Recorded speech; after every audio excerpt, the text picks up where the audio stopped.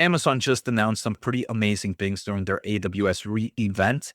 And more importantly, they announced some shocking things for Nvidia stock investors. Now, the media probably tries to portray this as a negative sentiment towards Nvidia and other AI companies, but maybe I might change your thoughts on that. Let's take a closer look in today's episode. I want to thank The Motley Fool for sponsoring this video, and check out fool.com/Jose for the 10 best stocks to buy now. With that link, you get a promotional offer for their subscription service. Now, let's continue with today's episode.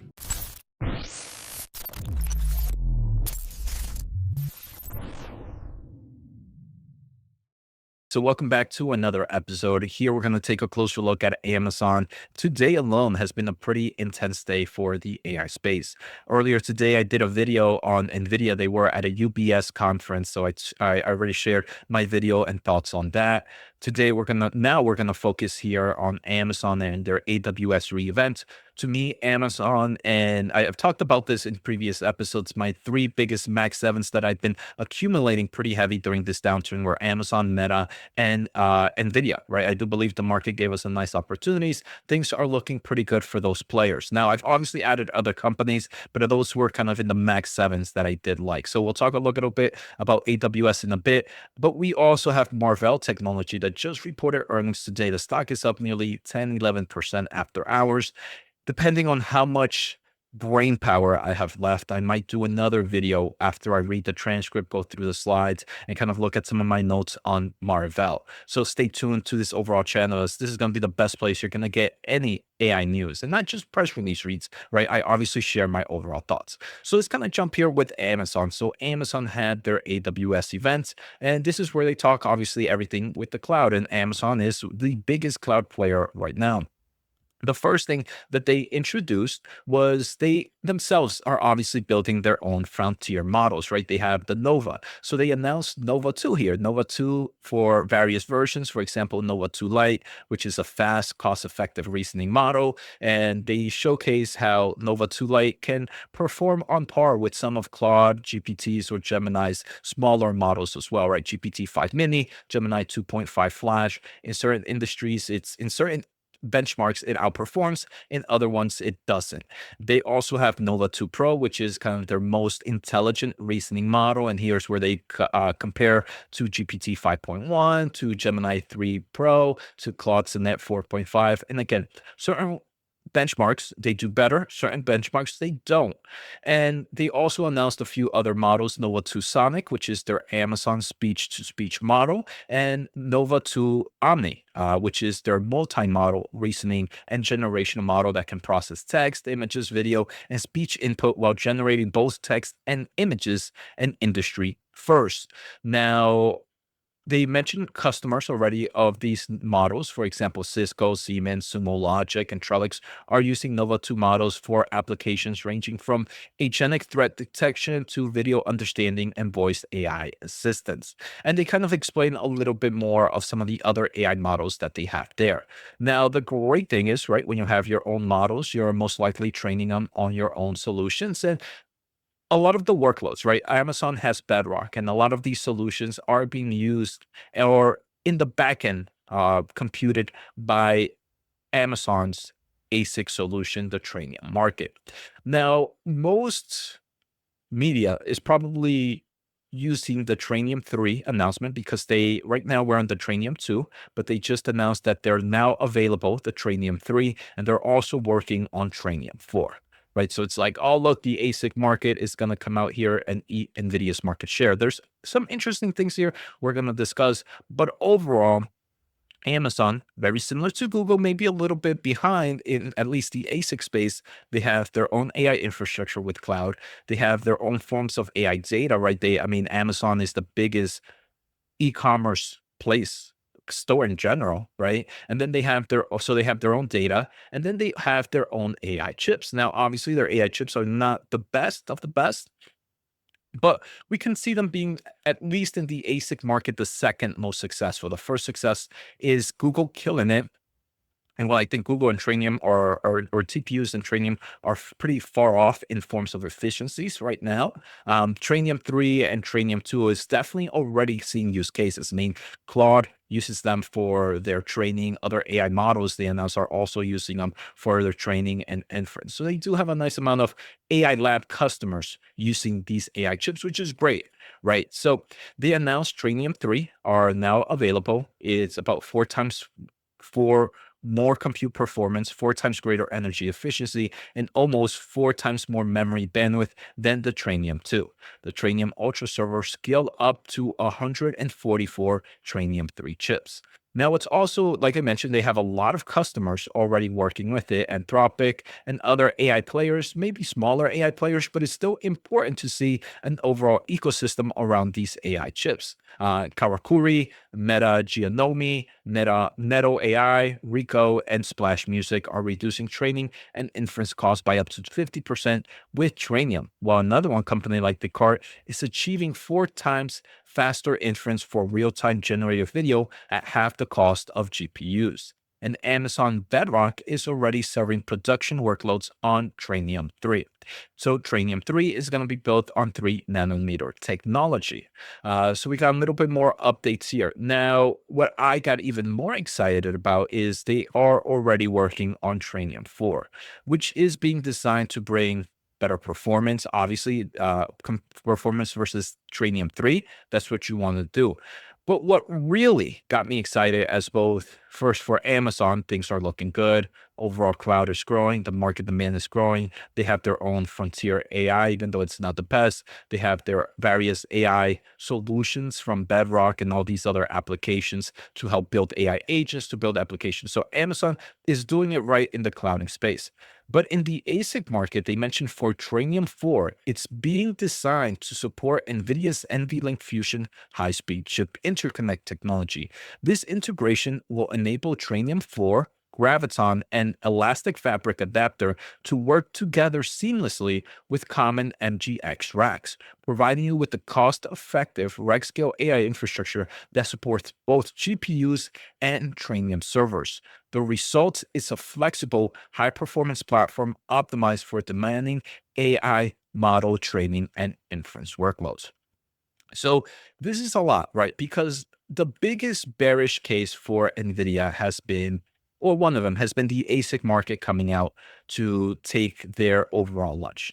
And NVIDIA decided, look, if I can't have you sell you all my products, I'm gonna end up creating NVLink Fusion. And NVLink Fusion is the ability, let's kind of look at NVLink Fusion for those that are not familiar, is NVIDIA sells kind of their benefits, right? They're scale up performance. So you can build, and let's look at the white paper here. They should have it around here, read block. So it allows you to kind of build these AI servers using NVIDIA's technology. And here is a perfect example. We have currently NVIDIA's rack architecture. You have NVIDIA's networking solutions, their Bluefield Connect, their NVIDIA CPU, NVIDIA Link communication, NVIDIA GPU, NVLink switch.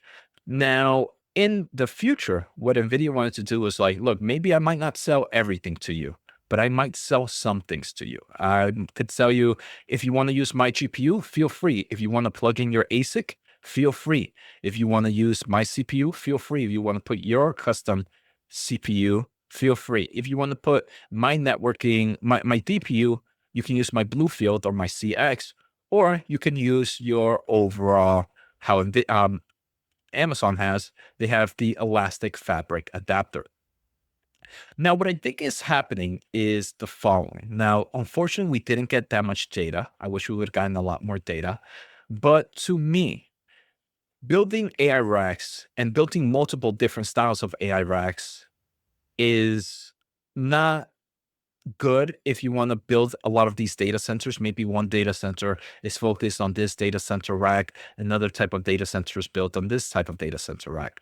What NVIDIA and Amazon are doing is, even if I still use some ASIC chips, I'm going to be building on this same rack. So the flexibility of maybe my data center, or even just certain portions being have GPUs, then the other have ASIC, is increasing. So now the flexibility of data center owners, at least for Amazon, becomes really crucial. Now you're able to run whatever type of rack you want because they're very interchangeable to say. So that's a very top level overview of it, but I hope it makes sense. It's right. It helps with the management, the supply chain of things. And if you're able to kind of build a data center that focuses on all the same type of architecture, it helps improve and build data centers over time. And it helps with the repairability. It helps with understanding how to move things around. And that overall within itself, being the biggest player of cloud infrastructure, it goes a long way. Now, what I am curious is how much, because they said they're working on a CPU with their Graviton, they're working on the EFA, and they're going to be using their ASIC solution. Will in one rack all three be using, and then they decide to use NVIDIA Spectrum X, and then they decide to use NVIDIA's NVLink and NVLink switch? Or are they just working where you can kind of customize everything, where maybe one rack you have the Graviton CPU, and then you have NVIDIA's GPU. And in another one, you can just change that GPU for an ASIC. Again, so I wish we got a lot more information, but overall, the partnership is extremely bullish for NVIDIA because even though Amazon is building their own ASIC solution, they are still being put on NVIDIA's ecosystem. And NVIDIA is going to be selling something to them, some form of licensing. And whatever they do is meant for one purpose alone, to make sure it's interchangeable or communicates very great with NVIDIA's GPU itself. Now, the other thing that I thought, and maybe if you might be an NVIDIA, a deep NVIDIA geek like me, is NVIDIA recently announced their CPX, right? And they mentioned that in the CPX, you can actually do it in two different ways. You can kind of get the VR NVL 144 CPX, which has the Rubin, the Vera, the Rubin CPX, and the Connect X9. Now, the Rubin CPX is a form of ASIC. Is this something that we're going to see where it's going to be the Rubin, the Vera, and the form of other ASIC that maybe Amazon might create, and then some other types of solutions here? Or another aspect is NVIDIA said you can buy the Vera Rubin, and then you can buy another rack that just has the CPX itself. Are you going to be able to just get a Vera Rubin product and then kind of connect it to an Trainium server? It just opens up the opportunity for a lot of interconnects with NVIDIA's ecosystem, and how that's going to look, I do believe, creates a great opportunity for both Amazon and for both NVIDIA. Because for Amazon, if they do this pretty well, right? If Amazon does this pretty well, are they going to be, and they use their own ASICs and they use NVIDIA's GPUs and all of this NVIDIA technology, does that create a super, super AI infrastructure that becomes heavily competitive in the market and something that maybe some of these other players can't do? Does this force, right? Some other thoughts that I'm just coming in. Does this force Google to eventually do something like NVLink to enter into certain ecosystem? Does this force Microsoft, that is designing their ASIC chip, to also focus on building NVLink Fusion? Because if Amazon's chips can connect very quickly to NVIDIA's chips, why would I want to go somewhere else, right? If I can get the best of two worlds. So is this the first domino effect that forces all the other cloud players, especially if it does really good, that forces all the other cloud players that says, you know what, maybe I still have to be integrated with NVIDIA's ecosystem one way or another. So I thought it was pretty cool. I hope you guys understood my little rambling there. It's just there's so much information that can come in from this one piece, and we only got limited amount. And now it's our jobs to try to piece it together and see what's really happening. So something I'm gonna keep a closer eye on in the upcoming weeks. Now, NVIDIA also and Amazon also announced AWS AI Factories, which transforms customers' existing infrastructure into high performance AI environment. The pretty much concept is there's companies that have data centers, but they don't know how to build these massive AI factories, right? Putting up AI infrastructure is no easy matter. This is where they come. AWS is offering that provides enterprises and governments with dedicated AWS AI infrastructure deployed in their own data center. So these data centers will be using their latest Trainium chips or Nvidia's AI chips. So it's a big win. And there's a lot of companies, right, that can't run on the cloud, that they need to build everything and have everything on premise and have their own data centers for it.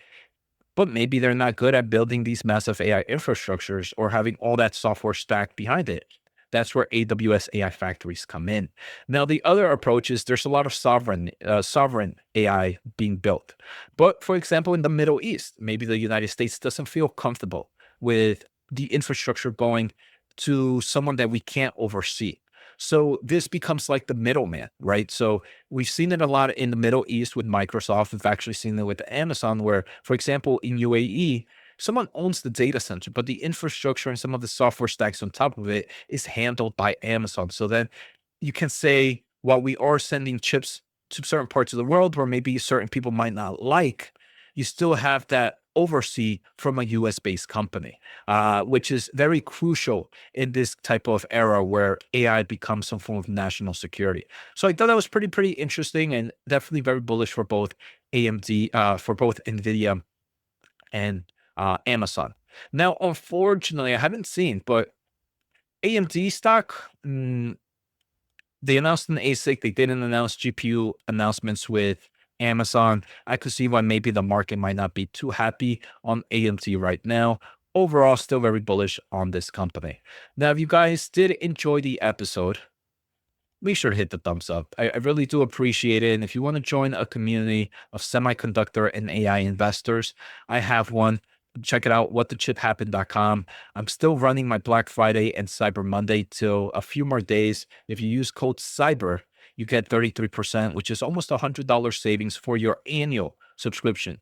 And I already cover a lot and I'm going to cover so much more today. We have, for example, in this calendar, we have Marvell earnings, we have Nvidia at UBS, we have Nebius at UBS, we have AMD at UBS, which I provide deep dive analysis. I'm here in AI chip. I already kind of did the Nvidia at UBS, explaining a lot of the bulls, the bear thesis, some things that are extremely missed by the overall market. So make sure to check it out at whatthechipHappened.com and make sure to hit the thumbs up and the subscribe button. Peace out and see you all next time.